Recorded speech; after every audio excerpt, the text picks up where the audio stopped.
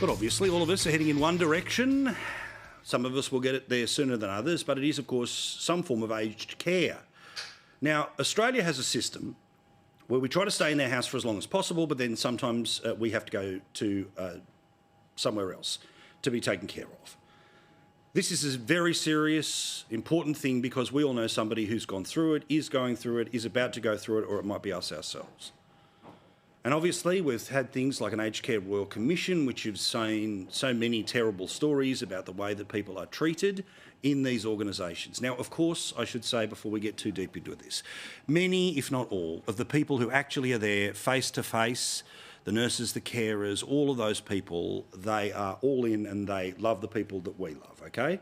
But sometimes the companies that are in charge of them, well, they don't seem to share the love that we do, and they also don't seem to share the sense of care that you would think is there when you have to sell your house to pay to go into an aged care facility. It's something that was discussed at the last federal election, and this government claimed that they were going to change the world, first with a nurse in every aged care facility in the country. 24/7 nurses. 24/7 nurses. 24/7. 24/7 nurses. Nurses 24/7. 24/7 nurses. 24/7. Nurse in a nursing home 24/7. Now that promise has not happened, and there are options where facilities have somehow been able to opt out of that system. So surprise, that promise has not come to full effect. The other one is about the type of food that people have in aged care. Too many reports have told us for too long about the quality of nutrition, or the outright lack of it, that many people in their final years are actually getting from these institutions. So the now Prime Minister made a very obvious promise, and he even had a famous face to help him change the food in aged care. That the Maggie Beer Foundation would play a role in lifting up the standards, in providing the quality of food which provides the nutritious content that older residents need and that they deserve, frankly. Well, I hope you're sitting down, because this is how the Australian reported a shocking number today. 4 out of 10 people in nursing homes are malnourished. Not because they are not choosing to eat, but because of the food that in part is put in front of them. The first comprehensive survey of nutrition in aged care undertaken in Australia found that 40% of residents were malnourished, including 6% who were severely malnourished. Severely malnourished means starving. The study, published in the journal Healthcare, said this was likely underplaying the extent of malnutrition. So these numbers are a best-case scenario, 40%. Given that it did not include nursing home residents with dementia because of issues of consent. Other studies have shown that almost 60% of dementia residents in aged care are at risk of malnutrition. This is a disgrace. I do not understand, in the web of complicated rules around who gets to have an aged care facility, who gets to set one up, and the extraordinary fees and charges that mean that one of the reasons why Australians want to buy a home is that one day they will be able to sell the home to pay for things like aged care. You work your whole life to pay the house off, and then you cash in the house to make sure you're as comforted and cared for as long as possible. But to see that there are 40% of people who are in aged care tonight, and that's the low number, that they are malnourished, or in some cases, depending on how severe mental conditions may well end up being, it could be way worse than that. This is a disgrace. It is a disgrace that this was not the lead news story today. It is a disgrace that it will not be on a front page anywhere tomorrow.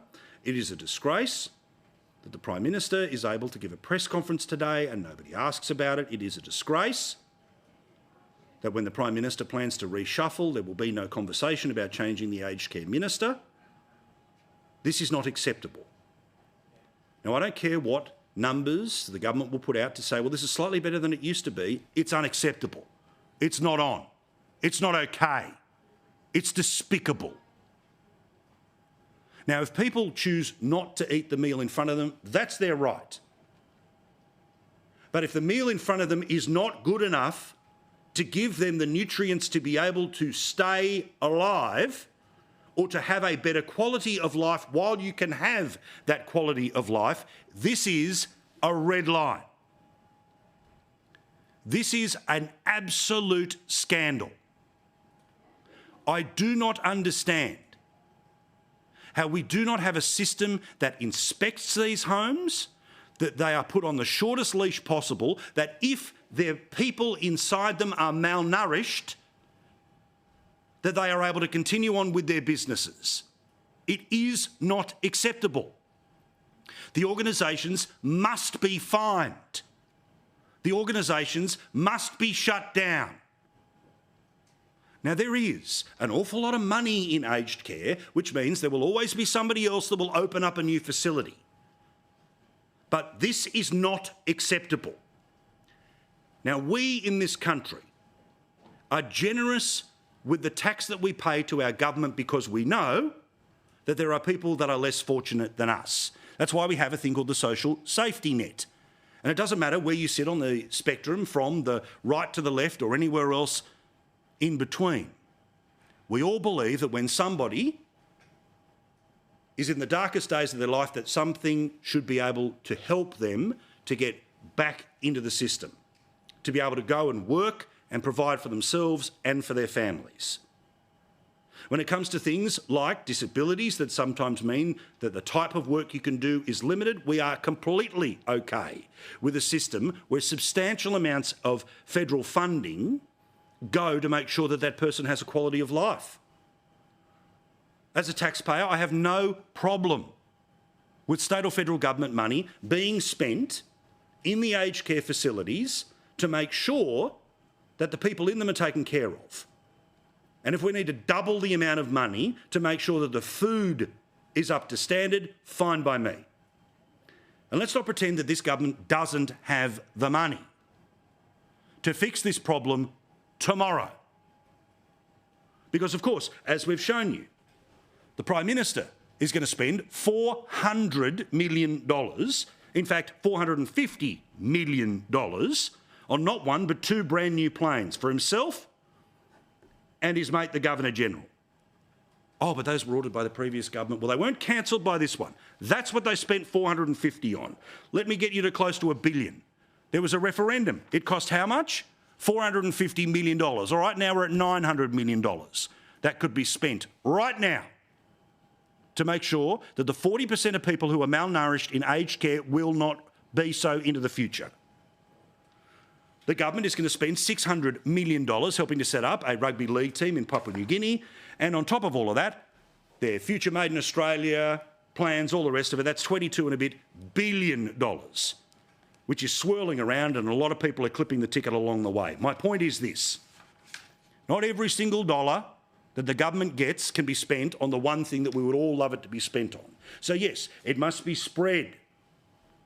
But in the same way that they can put off budget $304 billion for the submarines, which are important for us to be there when it comes to AUKUS, perhaps off budget is where they can put the money so they don't have to worry about it affecting the surplus.